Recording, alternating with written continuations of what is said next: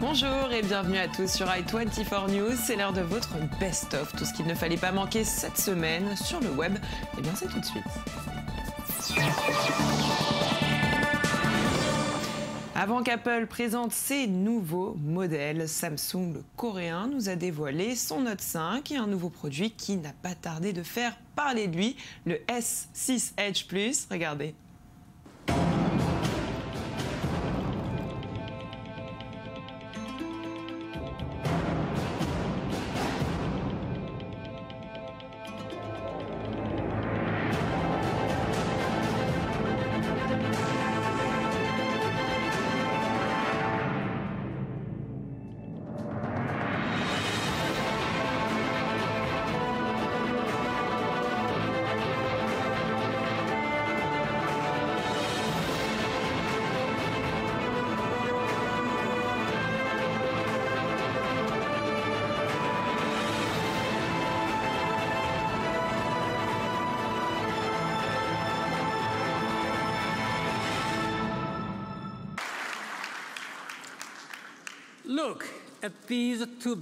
Regardez ces deux magnifiques smartphones. Ils proposent tous les deux un affichage immersif, mais tiennent également dans la paume de votre main. Les écrans sont plus larges, mais les téléphones sont plus petits. Le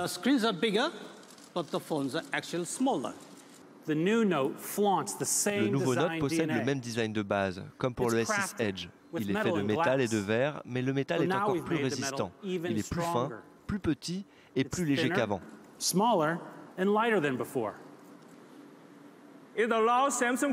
Nos produits phares sont dotés d'une innovation brillante. Elle permet à Samsung Pay de fonctionner sur presque tous les lecteurs magnétiques de cartes, tout comme les lecteurs de barcodes. Cette expérience est incroyablement simple et rapide, comme si vous glissiez votre carte. Alors on l'a compris, le Note 5 est loin d'être une surprise, il en sort un chaque année. Il sera dans un premier temps commercialisé aux États-Unis et au Canada très prochainement et ne devrait pas sortir en Europe. Dommage. Et on continue avec une autre nouvelle. Il y a quelques mois, certains pensaient encore que la nouvelle version du système d'exploitation Android allait être baptisée Milkshake. Mais Google en a décidé autrement. La nouvelle version d'Android 6.0, qui a été présentée au mois de mai dernier, s'appellera finalement Marshmallow. Regardez.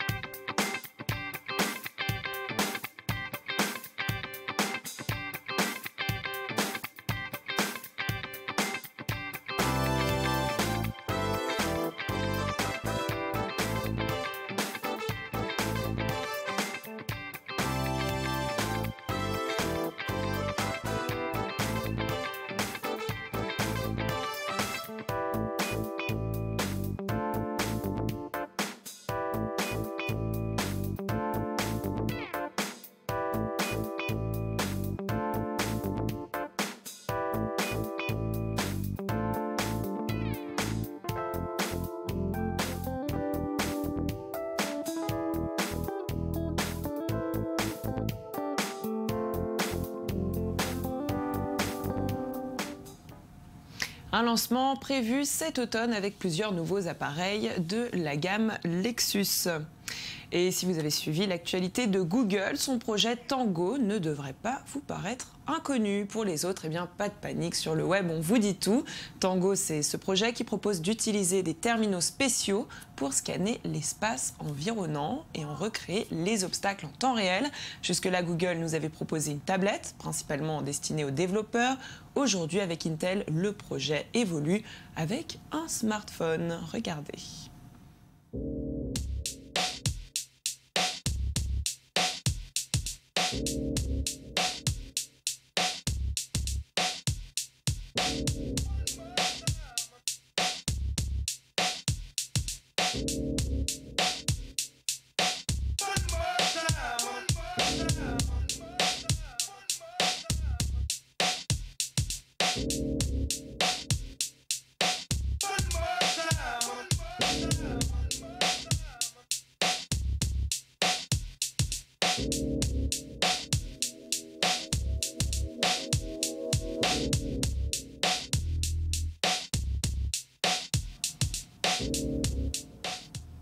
Et cette semaine, Jeb Bush annonçait qu'il aimerait donner plus de pouvoir en termes d'espionnage à la NSA. James Comey, le patron du FBI, reproche lui aussi à Google et Apple d'aller trop loin dans la protection des données de ses utilisateurs.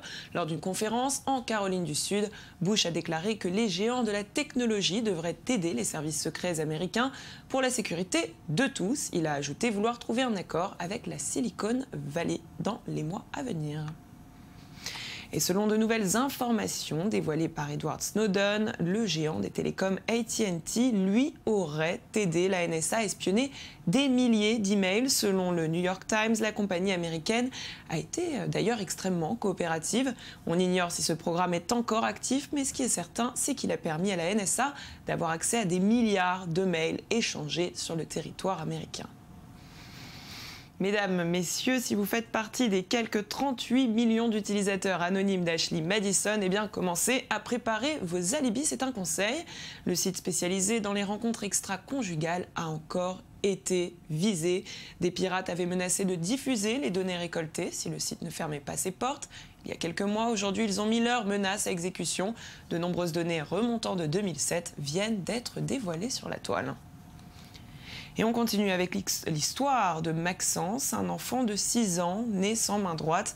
Il a reçu une prothèse imprimée en 3D, peu coûteuse et ludique. Et bien, il s'agit d'un grand changement pour les tout-petits nés avec cet handicap. Un reportage de Sarah Koskiewicz. Maxence a 6 ans et est né sans main droite. Il a été équipé d'une prothèse de main imprimée en 3D, technologie peu coûteuse et ludique, mais qui ne bénéficie d'aucun agrément médical. Depuis 2013, une fondation américaine, Enable, a lancé un réseau philanthropique d'un genre particulier. Mettre en relation des personnes disposant d'imprimantes 3D avec des familles ayant des enfants à qui il manque des doigts ou une main. Déjà plus de 1500 prothèses ont été fournies via la plateforme. Aidé par ses parents, très émus et le visage radieux, Maxence a enfilé lundi soir sa main de super-héros, customisée en orange, jaune et bleu, qu'il a baptisé Super Max, devant les journalistes réunis dans la maison familiale de Cessieux. Nul recours à la chirurgie. Elle s'attache avec du velcro et s'utilise comme un gant. C'est l'objet le plus low-tech qu'on puisse imaginer aujourd'hui. C'est la flexion du poignet. Donc on a une paume dans laquelle la paume résiduelle de l'enfant vient se prendre à travers des scratchs et un gantelet qui vient prendre le bras. D'accord ? Et c'est la flexion du poignet qui va plier les doigts.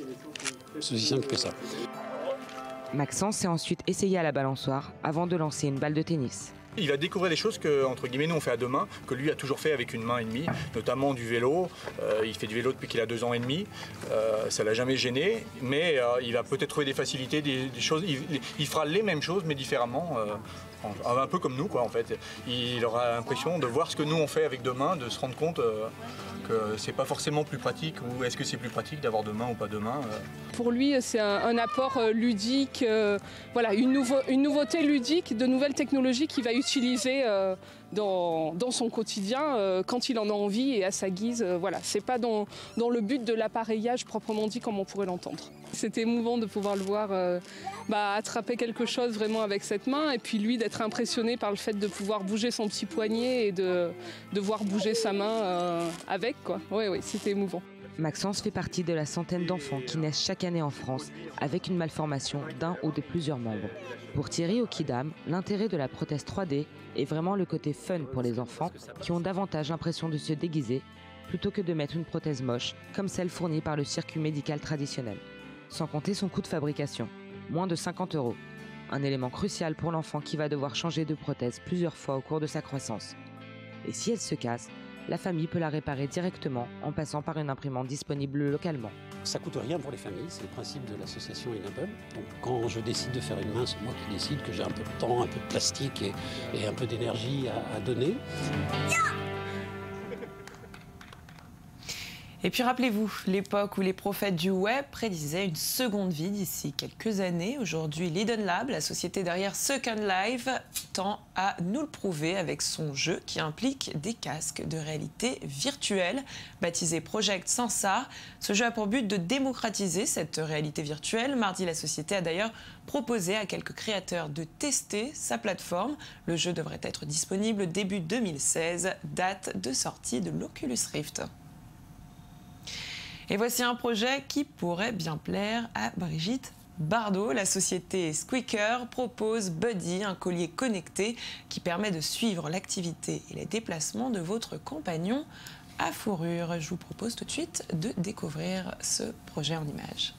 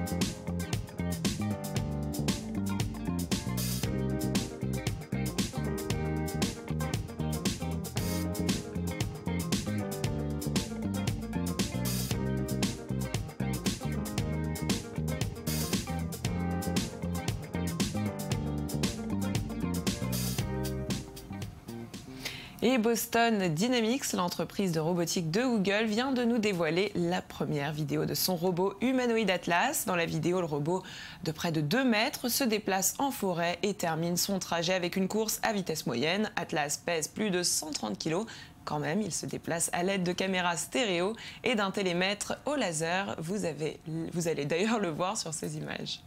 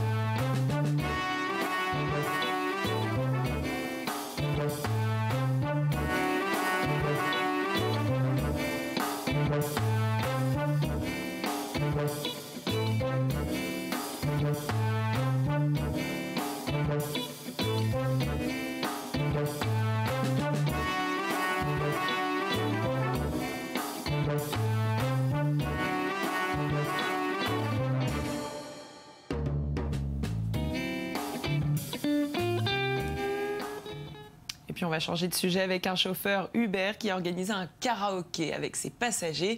La bonne ambiance est au rendez-vous avec Can't Feel My Face de The Weeknd. Eh bien, c'est un sans faute pour créer le buzz. Regardez.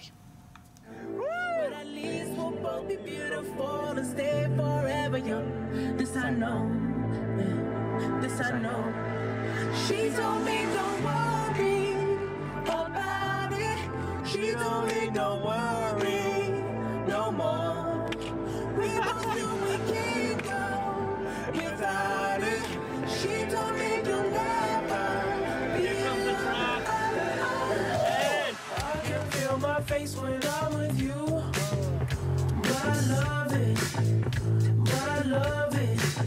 Oh, I can feel my face when I'm with you, but I love it, but I love it. Allez, on continue avec le show complètement déjanté d'un steward qui ne manque pas d'humour. En effet, alors que le commandant de bord annonce les consignes à suivre, eh bien lui, il exécute une véritable chorégraphie. Procédure de sécurité suivante. Dans la pochette du siège devant vous, vous trouverez une carte des mesures de sécurité. Veuillez en suivre avec nous les points importants. Pour attacher votre ceinture de sécurité, insérez la languette de métal dans la boucle. Tirez sur la courroie pour l'ajuster sur vos hanches. Pour détacher votre ceinture, il suffit de soulever la boucle. Votre ceinture doit être attachée en tout temps lorsque le voyant lumineux est allumé. Et voici une séquence publiée par Merfish, une séquence dans laquelle il s'est amusé, lui, à recréer le générique culte de Friends dans GTA V.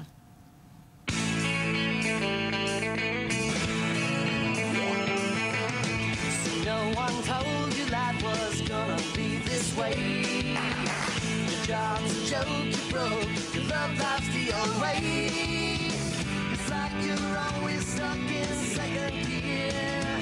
When it hasn't been your day, a week, a month, or even your year. But I'll be there for you when the rain starts to pour. I'll be there for you like I've been there before. I'll be there for you, 'cause I'm there for you too.